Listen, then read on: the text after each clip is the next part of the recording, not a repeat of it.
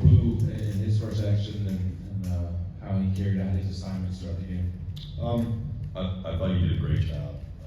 We had a couple guys that played for the first time, and he was one of them, and made some plays. Mullen wasn't too big for him, and and obviously we'd love to see what he looks like this game, because obviously we're trying to make the biggest improvement, from game 1 to game 2. But I thought he played well. Vince? Obviously, you guys are very aware of Concepcion for NC State. What are some of the things they try to do with them, and what are some of the biggest challenges in defending him? He's a great player. I mean, we're aware of it. He's been very productive in his career. Just not doing more than your job, really. Just do your job. Obviously have high discipline. Be aware of where he's at, because he can move. He can be in any kind of position. He can be in the backfield. Obviously, he can be as an outside receiver. He can be an inside receiver. He's a ball in hand guy.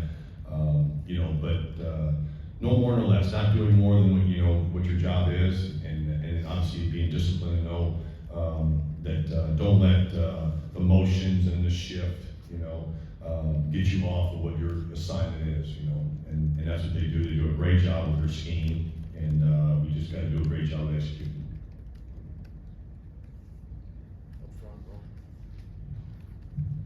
You mentioned the expected improvement for Boo from week 1 to week 2. What are some of the things that you'd like to see maybe clean up against NC State? I think for the most part, all the guys, right? Again, you want to make the biggest improvement from game 1 to game 2. There's no preseason games, obviously, in college, and to be able to play the amount of guys who played the first ball game and get the experience, the ones that didn't have it. We just want to see, the alignments maybe a little bit better. The communication has to be a lot better. That's where we got to improve on, and that's player to player. It's not so much someone like Boo or whoever it is. It's got to be between the whole back end, and we want to see the improvement of communication, getting lined up at a faster pace, and getting our eyes where they belong.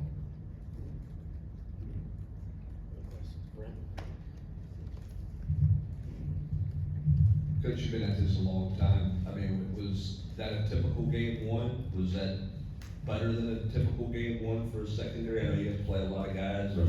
That kind of game 1, it's under your belt, now you go to game 2. Is that sort of what you thought and expected? We kept saying that, you got to come out in mid-season form. Again, like I said a little while ago, you don't have preseason games where you have a scrimmage, and we just scrimmage ourselves, So we had to be in mid-season form, and that had to be with the communication, the alignments, then obviously executing the defense. And I thought for the most part we did that. Obviously we got some things that we had to correct, things that we didn't like, how we executed, and I think that again. This is a different game from a standpoint of how much more they give us, and we got to improve tremendously with the communication, like I said just a minute ago. But I thought they played hard. I thought they played energized. I think that for a first ball game it was pretty good. It really was from the back end standpoint. The entire defense. Patrick, then Rob. Coach, what's the challenge of facing a quarterback with so much experience like Grayson McCall? What do you see from him and watching Phil preparing for this game? He's athletic.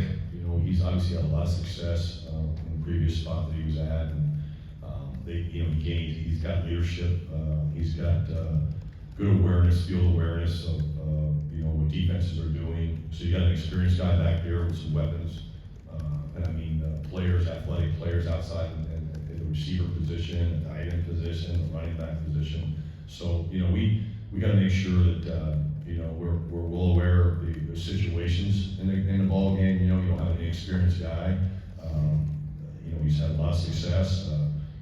We just got to do a really good job of trying to create long situations on third down and stay out of with third and shorts and where they're actually controlling the situation. But he's obviously a tremendous player. Obviously he can beat you with his running along with his arm. So he's proven that in the past. Coach, what was your experience with the technology stuff, the headsets, the iPads? Where did you see the biggest impact coming from that? Was it less than you thought, more than you thought? No, it was good. It was good to be able to show them the picture as opposed to drawing it on a board. And anytime obviously you can see it live, or it looks like live, what they just did 5 minutes earlier was good. It was good for communication. Obviously, it helped us a lot. Vince? What'd you see from Jermon McCoy at corner? I thought, again, he's going to continue to grow and get big and better and better. I saw a guy that his experience showed up, at situations.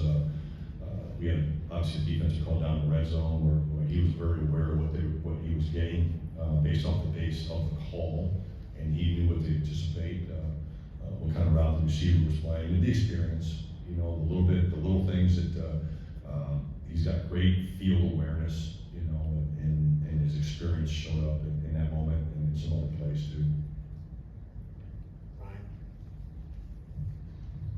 What were your thoughts on how Jalen McMurray and some of the other depth cornerbacks did with Ricky Gibson not playing? Yeah, I think for the most part, those guys all played really well. I mean, Jalen was, again, the same thing I just answered, you know what I mean? Someone who you can see has experience, some of his decision-making and alignments and having the feel of what's coming with the D&D and the formation showed up, so the experience showed up. He got himself, he didn't there was a lot of plays he was being attacked on, but there were some, and he didn't have a chance to throw it, where he looked really good and kind of knew what was going on, so his experience really helped us.